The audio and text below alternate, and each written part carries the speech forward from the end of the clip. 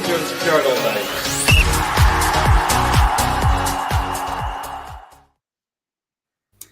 All right, everyone, it's Friday afternoon and we're here for the news roundup on the Rangers Journal. My first time in charge of the keyboard, so if the internet's burnt down in 45 minutes' time, you know who to blame.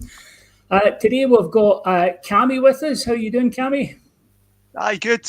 Good to be back. I've had an extended pre-season break, so refreshed and ready to go. Glad that the competitive action started and we can get into that. But aye, looking forward to it, guys. Excellent. And Jack, our resident Nico Raskin lookalike, like presumably coining it in just now before he maybe gets a move. How are you? Yeah, good. Just kind of happy with the result on Thursday and hope we can get a few more bodies in ahead of the league starting.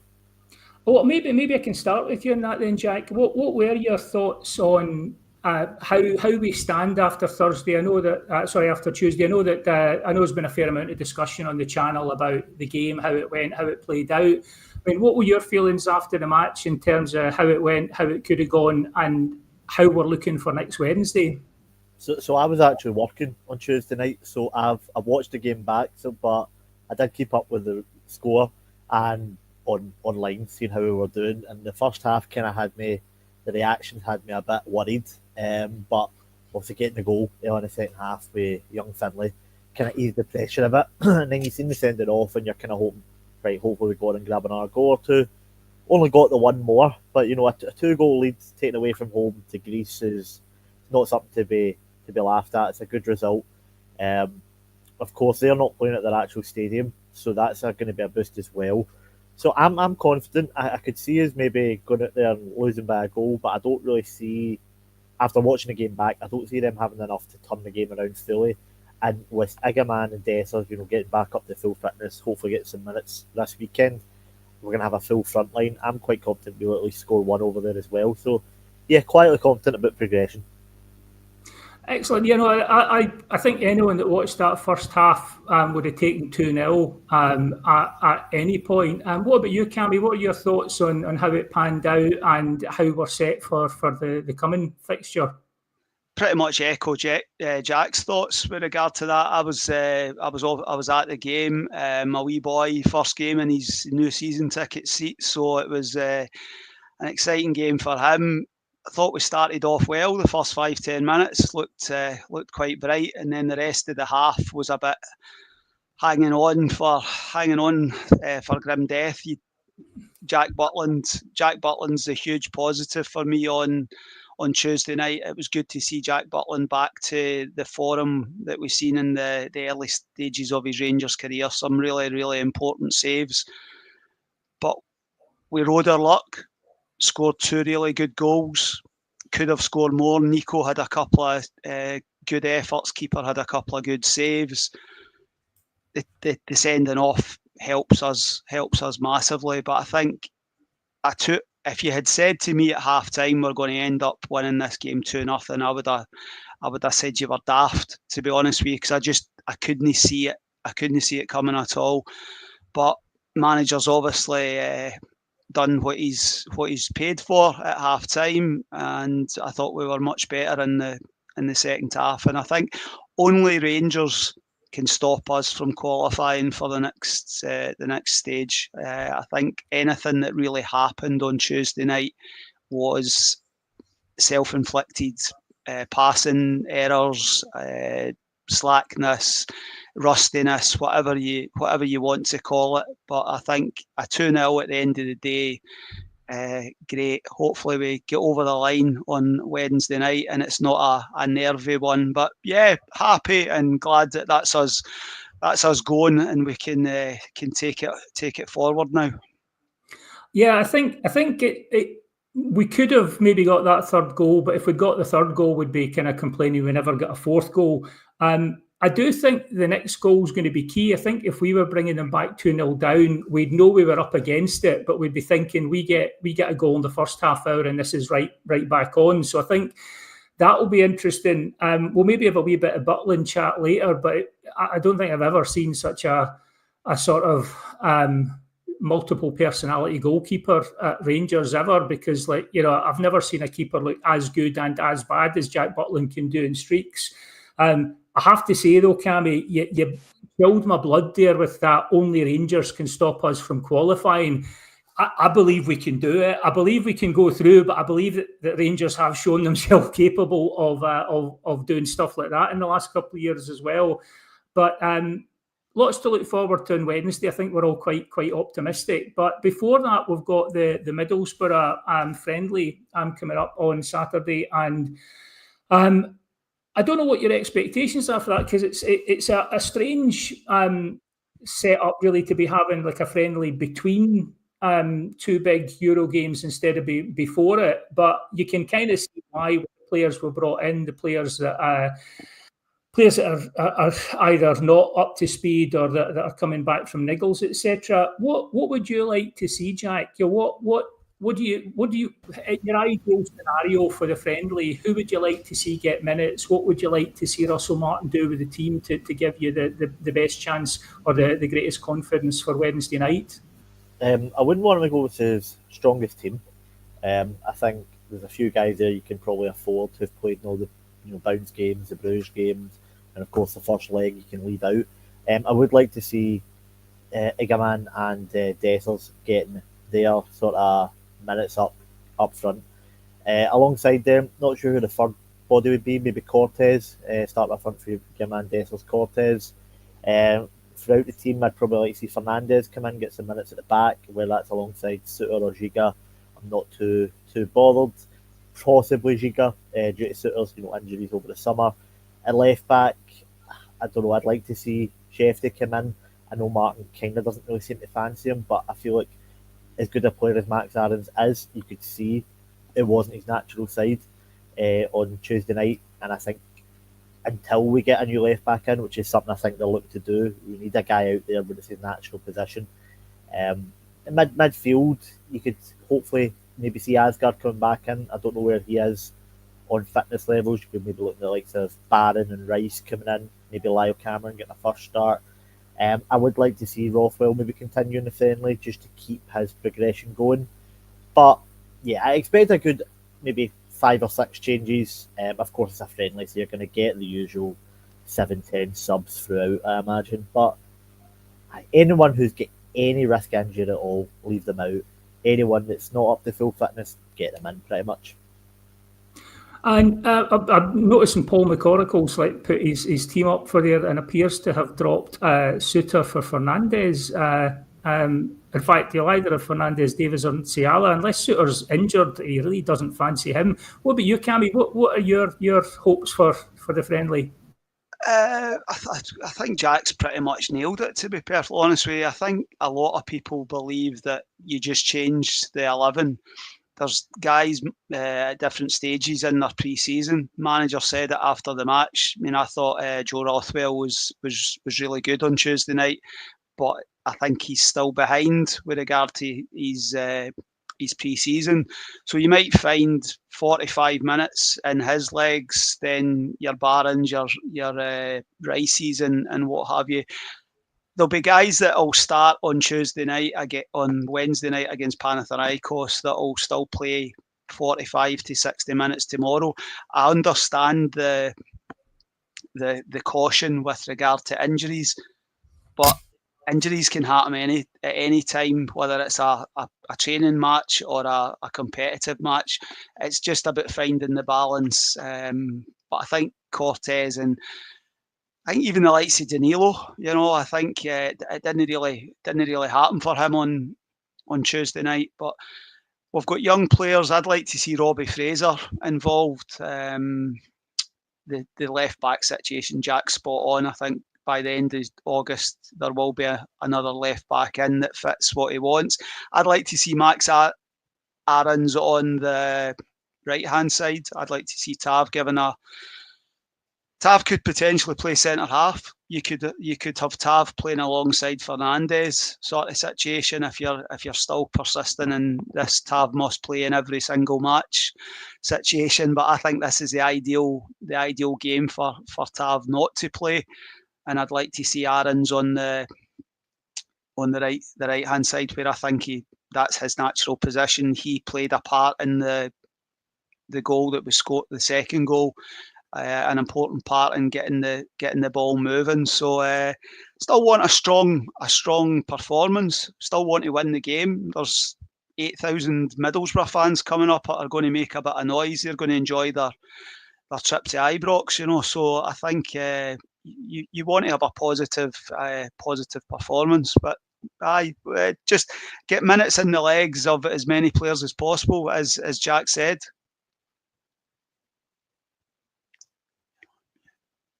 So interesting, just to clarify for Paul McCorrickle, apparently he's just resting the starting team, which I'm kind of with you guys. I don't think you need to be resting anyone at this stage of the season. I think it's more about maybe 45 minutes or 60 minutes for certain players, even the ones that have played and even the ones that are going to play, because like you say, Cammy, you can get an injury in training. You could get an injury from not getting enough game time and then suddenly going into a competitive match on Wednesday.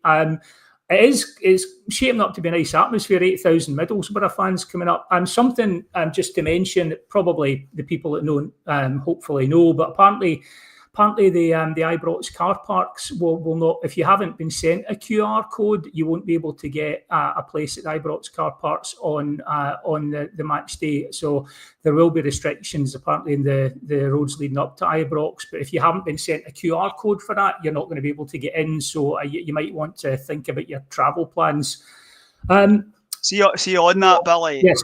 I think it's obviously off the back of the Albion car park they've sold a good proportion of that, and that's obviously had the streets round the Ibrox on Tuesday night were absolutely chaos.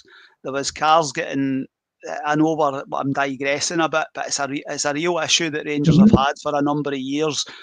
The parking round about the stadium, there was cars in between supporters' buses. Cars were getting lifted by the city council because people are just basically dumping their motor where they can. Parking round about Ibrox, it's not an easy thing to do. I was through in the supporters' bus, and even we had difficulties. But I think it's going to be interesting. There's a lot of things that the new ownership have got to deal with in the area around about Ibrox, and I know car parking isn't the top of anybody's priorities, but it's one of the many issues that I think have to be looked at. The transport infrastructure, opening up an Ibrox train station. You know, I could talk for an hour about all the things that are needed off the park as much as on it, but that only makes the situation worse. The fact that there's less car parking in the Albion car park, and hopefully it's something that the club work on over the next wee while, because it is a problem.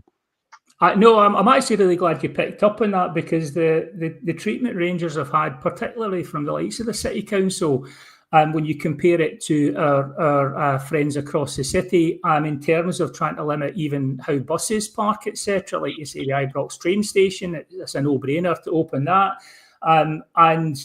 It is designed to make getting to the match day almost as difficult as possible, which gets on to a separate issue about how football fans are actually policed and classed differently in Scotland. And that is something for another pod, but it is, it's supposed to be a supporter experience. It's something that brings massive amounts of money into Glasgow and the surrounding area. We should be welcomed. We shouldn't be made to struggle to get to the game. So I think you're bang on there, Cammy. In terms of non-transport related stuff, but looking at possible transfers. The big story this week that's run for a bit and seems to have various iterations of what might be happening or not be happening is Jason and Saki. Jack, sorry, you've kind of presumably been across this like other Rangers fans. Would you know about him? How excited would you be to get him in? Do you think he's what we need? Like I had a look at some of his stats. Last season, 35 appearances, 7 goals, but only 2 assists, which was the wee bit surprise for me. What do you think? Is that someone you would like us to get in? Do you think he would be worth the 8 to 10 million next year that has been reported? Well, you know what it's like with the English Academy prospects. You see them going for 10, 15, some even 20 million when they've played 3 Premier League games. The difference with Raksaki, I think, is he's got good numbers from his loan spells. Just looking here on the screen, 15 goals at Charlton a couple of years ago as a teenager, and then last year at Sheffield United he still got another 7, and that's playing under Chris Wilder, who plays not as quite expansive football as Russell Martin's looked to do. So he's clearly a goal threat. He's clearly got an assist and a goal in him, which is something we've lacked from the wide areas, which obviously the boss is looking to sort with Gassama, but we still need more. We still need a lot more. I think Raksaki, even if you're going to spend this 10 million on him, you'll make a profit on it just simply because of his nationality. If he is anything above middle of the road for us, you'd be able to sell him to a top level championship club, a lower end Premiership club, and make a profit on that. Obviously, if he comes up and he's injured or he's a disaster, then it's a huge waste of money, so it is a risk. But I think with the boys played pretty regularly both his loan spells. He's played a handful of Premiership games. I think it is a lot of money for us to spend, but I think it's a wise spending of the money. You're not going out and spending it on a 28-year-old from the continent who has never played British football. It's a boy that's played the Championship, played League One, which is similar in terms of physicality. He's a guy that's got the attributes we're looking for. It's a position we need to strengthen. I think if you're going to make a big money signing, that is a position to do it for. Whether we could probably do it on a bigger name, a guy with more first team experience, I'm not sure. If the money is there could be other options, but so far you just kind of need to trust the management team, the scouting team. They seem to have signed good players so far, and if they think Raksak is a man for it, then I'm all aboard it.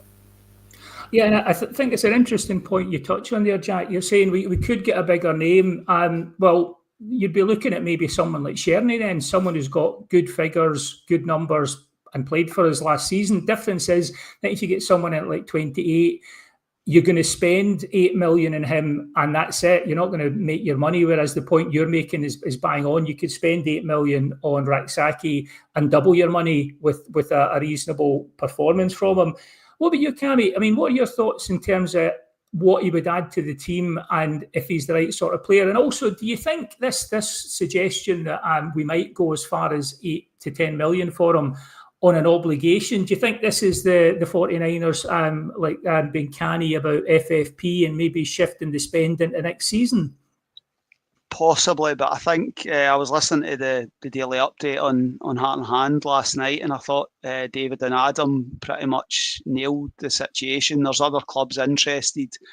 This isn't a guy that's only got one club wanting to sign him in Rangers, so I think we'll have to buy him. I think the chances of getting him on a loan, I don't think is realistic, to be honest with you. I think that's potentially what we're trying to do, but Crystal Palace are in a situation where they know that the longer it goes towards the end of the window, they know they're going to get top dollar. But he's the type that it is the one position that there's 2 or 3 positions that need starting signings by the end of August, but the right side of the attack is the top priority for me.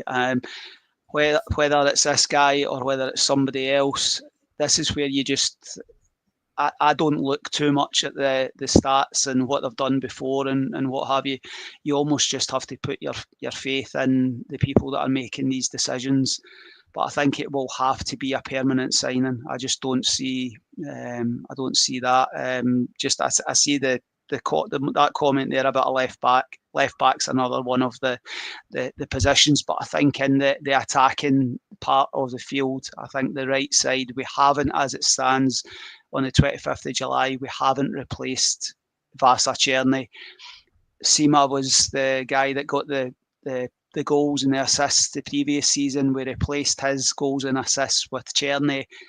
So we're in a situation a year on that we have to do the same, whether that's a permanent or another loan. But no matter who it is that comes in, they need to hit the ground running, and we just have to wait and see, to be honest.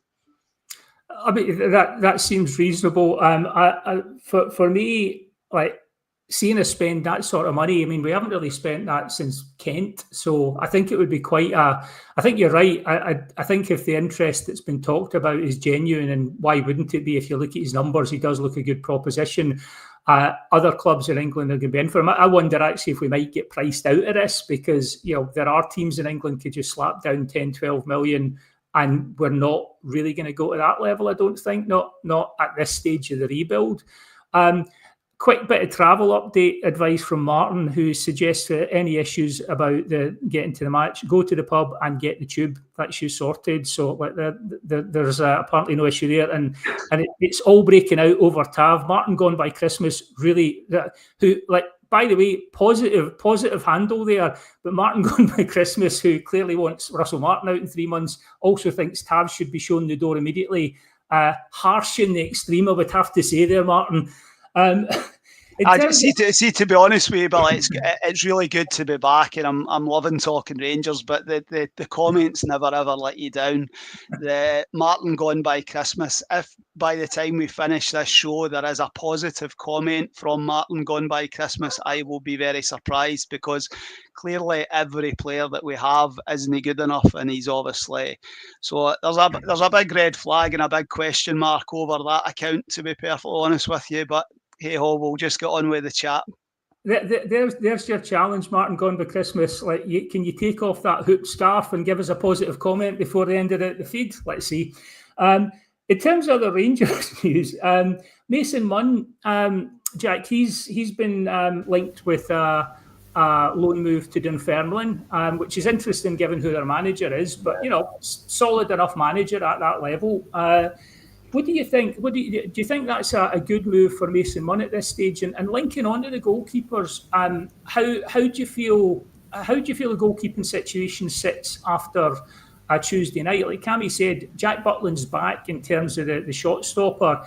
Is he the guy? He did set up the second goal with the quick distribution to Raskin, but is he Martin's guy going forward for how he wants to play? So sorry to split that into two questions, but Mason Munn, good move or bad move? And Butland, is he going to be a keeper for the season, or do you think we're still going to have to look for someone to fit Martin's style of play?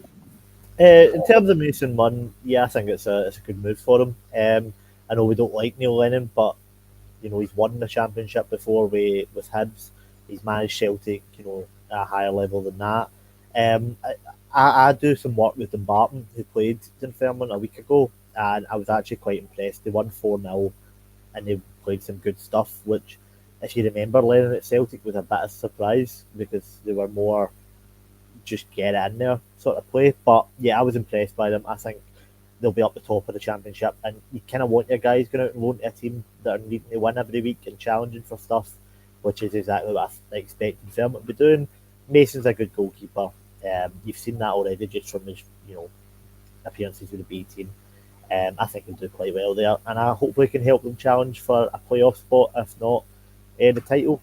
As much as it pains me to hope a Neil Lennon team does well. In terms of the goalkeeping situation, it reminds me a lot of the left back situation, where he's got these options there, but he's not too sure on them. I think he likes Butland and, you know, Kelly as well. But I still think if he can get a number one in, he'll get a number one in. It's not like the left back position where you can shoehorn someone else in. For the meantime, you kind of need to keep playing Butland.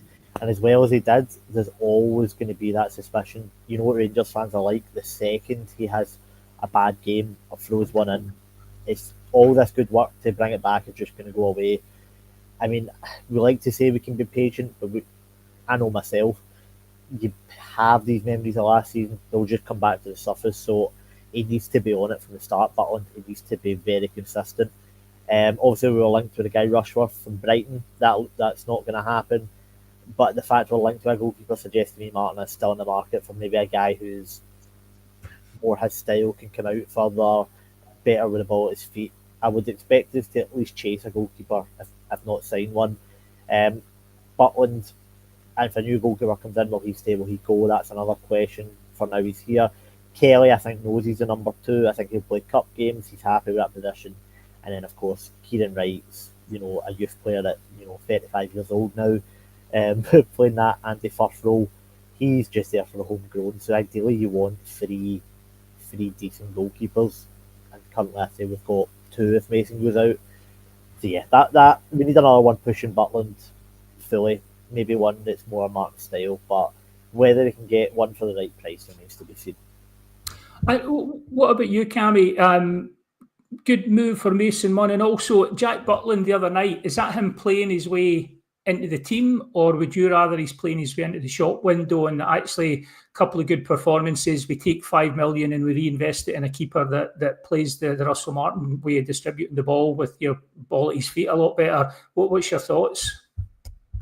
Good move for Mason Munn. Just to answer that, firstly, I hope one or two of the other young players, I think Xander Hutton was referenced in the comments.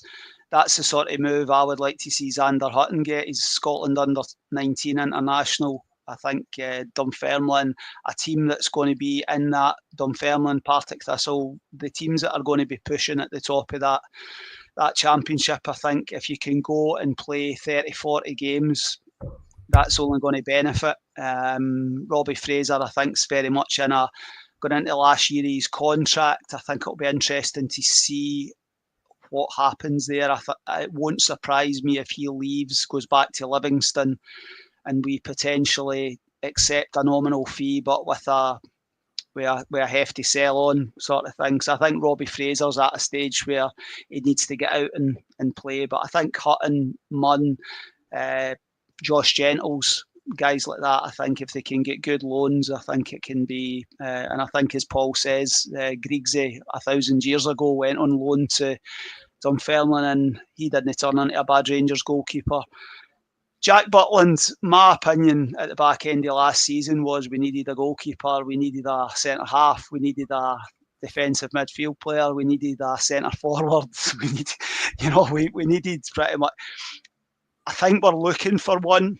I think Jack was pretty much on point with regard to that, but I don't think everything's going to happen in one window. I genuinely just don't think there's too much needs done.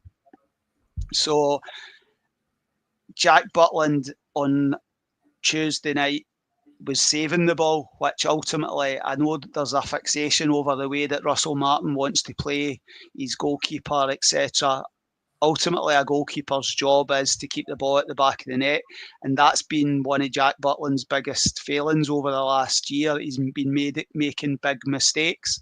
So if he's ironed that out his game, he might still not be perfect with the ball at his feet, but he barely had the ball at his feet on Tuesday night. To be perfectly honest with you, I wasn't aware of Jack Butland playing the sweeper keeper sort of situation. That might happen in other games, but I think we're looking. I think we might bring a loan in, but Jack Butland, I think, will remain the number one until such time as Martin's able to get somebody in. But I think there's other positions that are probably more pressing at this point. And just to bounce back to you, Cammy, because we mentioned before we came on air, you were talking about getting the youth team players out, and so just before I do that, Dado Perso Blue Boots update on how did the Mankey Mob go on last night? Pumped on the park, pumped off it, apparently. Definitely didn't see that 5-1 coming. But yeah, and on what you were talking about, Cammy, you're talking about the youth players and what to do with them. What do you think about the youth set up at Rangers going forward? Because it doesn't produce anywhere near enough in terms of what comes through and what's spent on it. Do you have a preferred option going forward? What do you think the 49ers are going to do? They're looking at this as a revenue stream, doesn't generate much. Well, I think Kevin Thelwell is obviously, that's one of the things in his to-do list. And I think employing somebody to be the head of the academy. The main problem is that between you play up to under 18 and then after 18, they just don't play enough. They're playing kickabouts at training grounds. There's no competitive structure in place. That isn't just a Rangers factor. That's an issue across Scottish football. The Lowland League served a purpose where at least they were playing some sort of competitive football. We aren't getting value. I think you're right. We haven't had value out the youth system for a long time. There's been 2 or 3 players across the across the course of maybe the last 15, 20 years. I've always thought that a Barry Ferguson or a Nathan Patterson or somebody like that comes along once every 10 years. You don't get a player like that every couple of years, but you should always be able to bring through players that can be squad players and supplement your squad. I think that's something that it'll be interesting, and I think that's where I'm encouraged in the early stages with regard to the way that Russell Martin has spoken about the young players. And I'm a great believer in, when you get an opportunity, you have to grab it. And Finlay Curtis scored a lovely goal the other night. Listen, he wasn't fantastic, but what confidence he must have taken from the manager saying, you're starting tomorrow night in a Champions League qualifier. Grabbed the opportunity and he scored a goal. So we see how Finlay Curtis progresses. And Finlay Curtis has had a bumpy ride as an academy player. He's had to work really, really hard to get to where he is. He's not been one of those that everybody had massive high hopes for. He's had to graft, and I think he said himself he's been there since he was 6 years old, and it was a joy to see the joy on his face. And I think everybody talks about one of our own and bringing through young players. There's nothing better than a young player coming through that you can identify. As I say, take my wee boy to the game, and I'm saying to him, that could be you in 10 years' time, pal, if you work hard and that sort of thing. And that sort of encourages young Rangers supporters when they see young Scottish players and what have you. But again, it's a podcast in itself. I mean, Mark's right. The youth system, competitive structure, it's a whole issue. There's a lot of self-interest within Scottish football, the B team being part of the pyramids, etc., etc. Bailey Rice is a player that I hope, but Bailey Rice has to see a pathway. Bailey Rice is at very much a crossroads in his career. Bailey Rice cannot have another season where he plays 4 or 5 games off the bench. He has to be getting real opportunities, because I think Bailey's contract is reaching that sort of stage where we'll be looking to extend. I'm not sure if I would extend if I didn't see a pathway. I'd be thinking that go out and make a career for myself. But Bailey Rice is a left-footed player, and I think you don't see a lot of them breaking through, and I think I would love to see him in the middle of the park. And I just think it helps the balance of the team. I just think when you've got natural left-footed players, that was my one annoying thing on Tuesday night. I just thought we looked so lopsided. Everybody was wanting to cut onto their right foot. Suter was playing left side centre half. He was cutting onto his left, and Aarons was playing left back. He was cutting onto his right foot. It was just a bit lopsided, But I've went on a wee bit there. But there's 2 or 3 that I have got a bit of hope for, but we need to do far better. But Scottish football as a whole has to do better with regard to the actual structure for the young players. And I mean, with the likes of Bailey Rice, I think you're right. I think it's kind of getting to make or break for him. But I always think, these guys aren't getting played. Is the manager not quite seeing enough? Are they risk averse, or are they just not forcing their way into the team? I mean, just to finish up on the youth side of things, there, Jack. I mean, Finlay Curtis. Do you think he's broken through this because of our youth setup, or despite it? Because Cammie's talking about mentality and everything, which is a big thing. You almost start to wonder with the numbers if it's the freaks in a good way who get through our system rather than our products of our system. What would your thoughts be on the youth setup going forward? Yeah, so there's lots of layers to it. First of all, I think a comment I got from Mark saying bring back the reserve league. I think that would be a good call, because the football just stopped for these boys at 20 years old now, which is a bit of a disaster. I mean, there is a reserve league, but I think they play something like 11 games all season, so it's not really worth the time. But that would be my first port of call, is bringing back a reserve league, have an emphasis on youth players getting involved in it. But that would be a start for me. Finlay Curtis, I think, broke through despite our youth system, because just when he joined, I think it's been mismanaged. I think they're working on it now. They have been for the last couple of years, but I think for years it was badly mismanaged. Nathan Patterson broke through at a time when he's seen most of these boys coming through and dropping down to the lower leagues.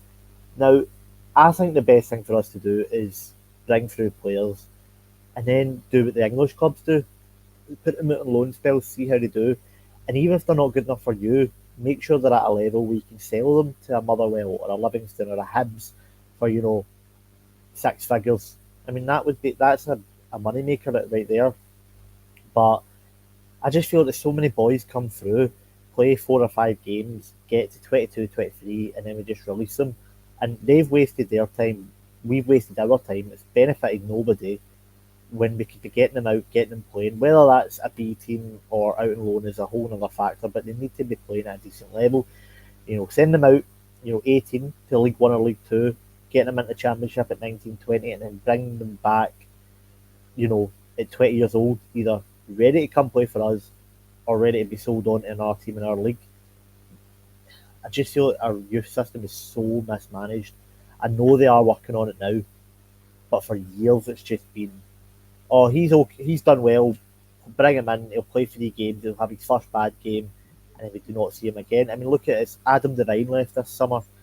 He broke into the team, I think it was under either Gio or Beale, played 3 or 4 games, and then not been seen for years. Leon King is the biggest example of it. He was mismanaged horribly, he might not be good enough, but we threw him in the deep end, shot his confidence, and then never rebuilt it. Cole McKinnon comes in against Hearts a few years ago, scores, and then we don't see him for 3 years till he comes off the bench against Batiste, and now he's out the door as well. It's just, we don't seem to have proper pathways in place for him, and I just hope now that Finley's broke through. He's been managed since obviously we put some more effort into the youth system.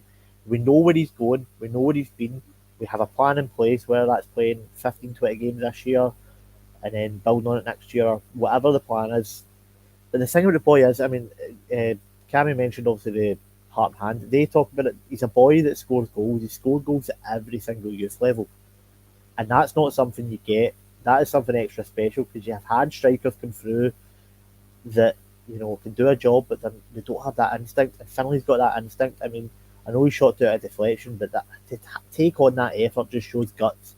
To score the amount of goals and assist the amount he has for our B team, there's quality there. And I just hope this year's the year we start to see it in the first team.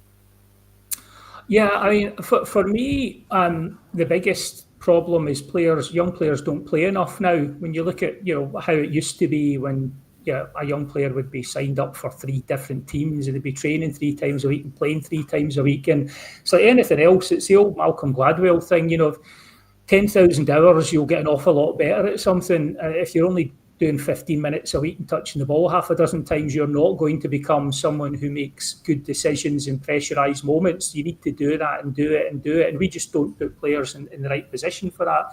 I did notice a comment coming in. Sorry, Ali, you've hit one of my bugbears here. According to Wee Billy Dodds, Finlay Curtis is an attitude to die for. That's a big thing in football. I agree with the second half of that. Wee Billy Dodds can go do one. I didn't want him back at Rangers. And that interview he did in Radio Scotland were basically the general gist of it was we had some limited players, but Billy Dodds was great. And some of the players, his mentality wasn't up to it, but Billy Dodds did a great job. And some of the players you could tell in their eyes, but Billy Dodds, what a man.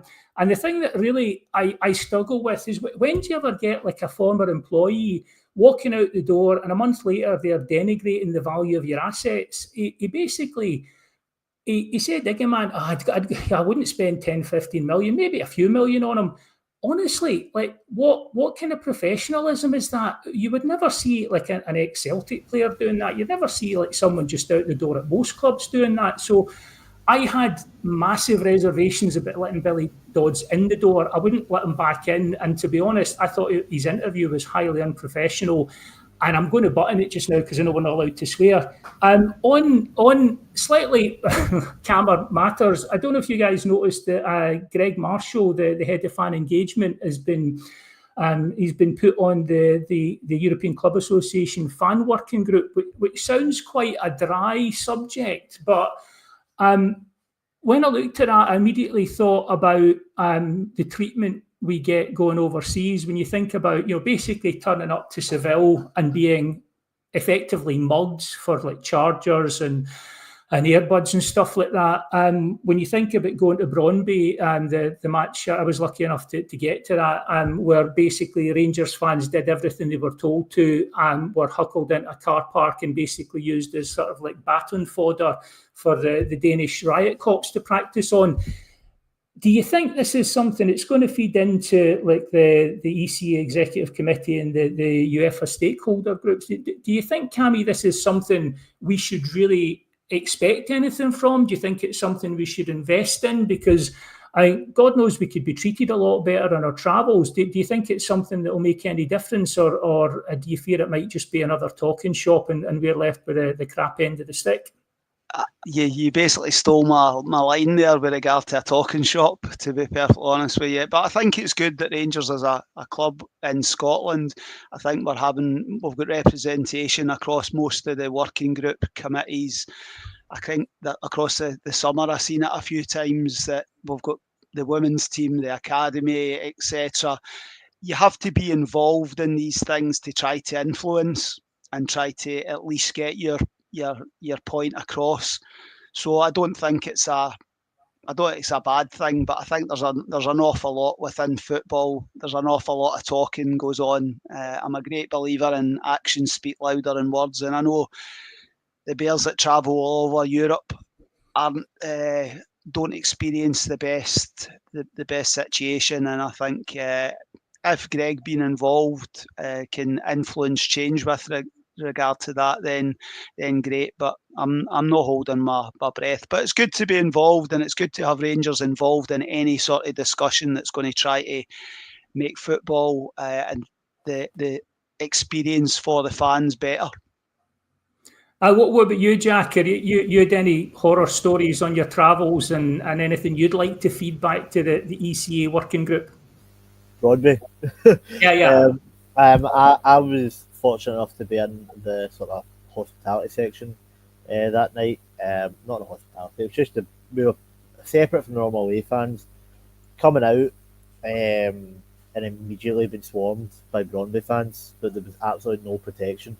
I somehow ended up in a cell for 3 hours that night until they went, "You've done nothing," and let me go in the other side of Copenhagen to find my own way back to the hotel. So yeah, it needs a lot of work. Thankfully, I'm not sure who it was. There was a guy involved with Rangers. Had got in touch with my friends, and we were able to meet up and everything was all right. But just I feel like a lot of these places, Spain in particular, thought it's bad. Well, it's just the cops see an opportunity, and I know it's two separate police forces in Spain. I know there's a national one and a local or something like that, but yeah, you just get taken advantage of, and there doesn't seem to be any repercussions. However, if you're in a top 5 league, there is. I think you've seen that with English teams going abroad. When they complain, they get listened to. When we complain, and even when that lot complain, they don't get listened to.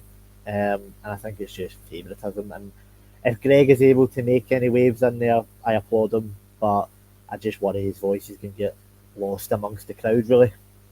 I think it's interesting the point you make. The big 5 leagues do get they manage to get their voices heard, but to be honest, they still have to work for it. It was interesting to see, the work Liverpool had to do after that Champions League final, just to make a dent. Because UEFA's like standard policy seems to be, hear no evil, see no evil, and don't talk to anybody. So even the big 5 leagues have to work quite hard. I guess we're close to winding up the pod. There were a couple of points that had sort of like jumped out that I just wanted to touch on. One was obviously it was slightly concerning news to see that Gaza had a wee turn this week, and it was good news to hear that apparently he's rallying and he's doing well. So I'm sure everyone at the pod wants to send their best wishes out to Gaza, who I'm sure is watching right now. The other thing that it's a bit of a random one, but like, given that we're now under sort of American ownership and we're all wondering what the future might look like in terms of revenue streams, I was interested when I saw this story that apparently Man United are looking into the possibility of an American franchise-style license system for your the right to buy your season ticket. How accurate the story is, we'll find out in the course of time. But apparently, they're looking at people being charged £4,000 for the right to buy a season ticket for, I think, maybe 30 years. If you don't buy your season ticket one year, you lose the license and you lose the right to buy it. I don't think the 49ers would get away with that at Rangers anytime soon. But is that the kind of thing that gives you the fear, Cammy, going forward in terms of what the American profit-driven model might look like? It's very much the way across there. That's the way that they can get away with it across there. I think they're looking at it. This is part of the discussions for Man United's potential new stadium. I think it's one of the things that's been brought up. We're talking about focus groups and working groups and all that sort of stuff. I think it's something that's been mooted with regard to that. You'd have to pay me $4,000 to watch Man United at the moment, to be perfectly honest with you, never mind anything else. But Man United are in a great shape with regard to their finances at the moment, as daft as that might seem. But I don't think we're in a different world in Scotland. I think until Rangers are part of a Europe, not saying a European league, once we're part of some sort of northern league, I think that's been mooted with regard to how European football is restructured. I think it's very limited. David Murray used to try similar things back in the 90s when you paid money to get your name on your seat and 10% off your season ticket and all that sort of jazz. So I said that to a few people yesterday. This is just, and that was back in 1991. So trying to scam the fans is nothing new. David Murray was very good at doing that. But Man United, good luck. $4,000 and then probably £1,000 a season for your season ticket. It's good luck to them. But can I just quickly? There was a comment about selling alcohol at Ibrox. And I'm just laughing because there was a boy in front of me with his full bottle of Buckfast on Tuesday night. I thought they must have started selling alcohol inside Ibrox, to be honest with you, because he was that blatant with the fact that he was drinking it. It's just it's a bugbear of mine how easy you can get into Ibrox with a bottle of Buckfast. But if I walk in with a bottle of Lucozade or a bottle of Diet Iron Brew, I'll probably get it taken off me. But anyway, I'll come off my soapbox.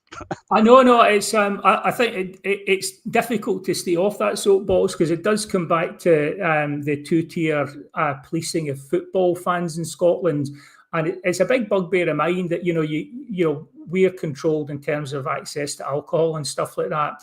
If you look at the standard figures for 50,000 people rocking up to Ibrox on a Saturday in terms of like arrest, disorder, serious crimes, etc., and you compare it to like one day of a music festival with 50,000 people, with the assaults, the drug-related crime, and all sorts that goes on there, and yet somehow we are categorised as some sort of like barbarian horde that need to be managed differently from the rest of society.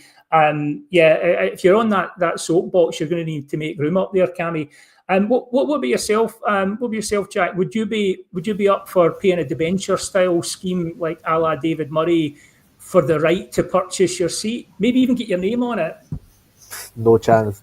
The season ticket money, I think, is more than enough just now. You're paying really for a privilege that. I mean, I'm really paying for the season ticket for the Old Firm games. I mean, every other game you can usually get a ticket for. Even the European games, you get tickets for, because I have someone new sitting behind me every year that seems like they've never been to a game before, talking absolute nonsense at these European games. So, I mean, you're really buying your season ticket for these 2 games a season to just secure your space. Hopefully this year it's going to be worth it and the games are going to actually mean something, but yeah, I think if you try that in Scotland, you'll have a riot in your hands. Genuinely, protests. I think down south, I can see why Man United are doing this. You get all the tourists going there. They're probably the biggest tourist club in England. But I think if you try that up here, we've got such a dedicated hardcore, you would have protests, and it would be like the Sydney friendly, where it would need to be redacted pretty quickly. But still be interesting because for me, I think if the 49ers could do it, they would. I think the only thing that's stopping them is, like you say, is that you can't get away with it. And that is the difference in this sort of profit-driven model. I see Big Shug saying there's no need for drink at the game. He's convinced some people don't actually bother with the football. They just want an excuse for a bevy. There may be some truth in that. I think no need for a drink at the game maybe is forgetting some of our performances in recent seasons where possibly there is a bit of motivation there. I think for me, it'll be interesting to see how the 49ers plan to get money out of us, because that is the model going forward.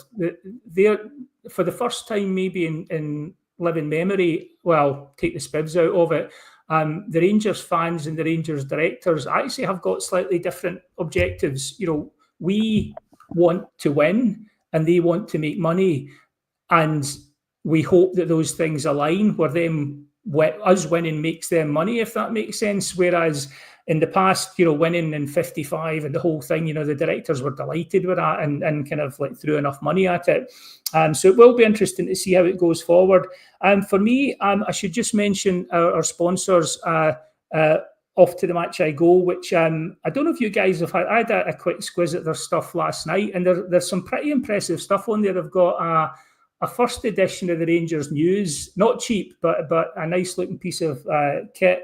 They also had like the Rangers home and away tops for 78 to 82, which are both lovely. One's like the classic blue with the kind of the big collar, and the other one's red with the big collar. What struck me about it though was like that was the top from 78 to 82. You just think about, like, we would buy between 16 and 20 tops in the time that top did. You like, what would you rather go back to, like, one top a season, one top every couple of seasons, just home and away? Cammy, what would be your preferred option? Oh, take me back to 1982 when the home strip was blue, the white strip was away, and the third strip was red, and it was the same design and all that sort of stuff. And there wasn't a sponsor on the front of the strips, but simpler times. But there's too much money to be made out of it now. And I think, how many strips have we released? 3 strips, and we're not even at the end of July. There's probably another one still to come. It is what it is. If you like it, buy it. I'm fortunate my wee boy doesn't pester me for the strips. If he likes it, he doesn't just want it because it's a new Rangers strip, thankfully. But it's a huge income stream for Rangers when we've got limited TV money, sort of thing. But I really hope that Umbro / Castore, the strips so far haven't been too bad. Bits and pieces of the training wear looks okay. The travel wear is an absolute car crash, not to sound all Gok Kwan, but I think they just need to go back to the 1980s and look at the Umbro gear and the classic. There's so many classic Umbro strips and Adidas strips that they could just use them as the template, and you'll make loads of money because people are paying a lot of money for the originals back to that era. So strips are it's just all about the money, and the cost of the strips are just getting totally out of hand, to be perfectly honest with you. And to wind up with you, Jack, would you be buying the Edmonton Car Park 50th anniversary top when it comes out this season, or would you rather go back to 2 tops a season? I mean, well, I'm kind of an age where I've been used to a new strip every year, so I'm used to it. But I agree with Cammy. Make the home kit blue, away kit white, third kit red, and make them just kind of different versions of each other. But I think it's the 92, 93 when it's the home kits blue with the white bits, and then the away kits, the exact opposite. I love that. I think they try to be too complicated with them nowadays. Just make good looking kits. People will buy it. You don't need to get all too fancy. I would agree with the retro stuff. I mean, I love the stuff, particularly the 95 to 99 sort of stuff. I look out for that sort of stuff. from that era, the late Adidas, early Nike sort of stuff we had around then. I think if you remake stuff with even a tiny modern twist, you'll make money on it. I think trying to break the mold and make something new, I don't think people. I think you get a better reaction if you remake the retro stuff because it's what people like, it's what they're used to, and it's what they'll buy. I think they're missing a ticket by not just remaking it. But we'll see what they come up with. We'll see what our fourth and fifth kits look like around Christmas when we play them for one game. So, as what it is. I'm running out of buying them now. I used to buy the 3 a season, but now I'm pretty much home top, and then I'll get the rest of them at the end of the season when they go on sale now. I think you're bang on. I think we could have saved ourselves about $250,000 in marketing there, like retro with a modern twist. Job done. Well, I think that's covered everything and more for the news this week. And apologies for my Billy Dodds rant. But it just remains for me to thank Cammy for being here. Aye, thanks, guys. It's been a pleasure to be back. Always good to be talking about the Rangers. And thanks again to Nico. Sorry, Jack, for being back on again and chipping in on a Friday. Oh no, happy to be here. Loved it. Thank you.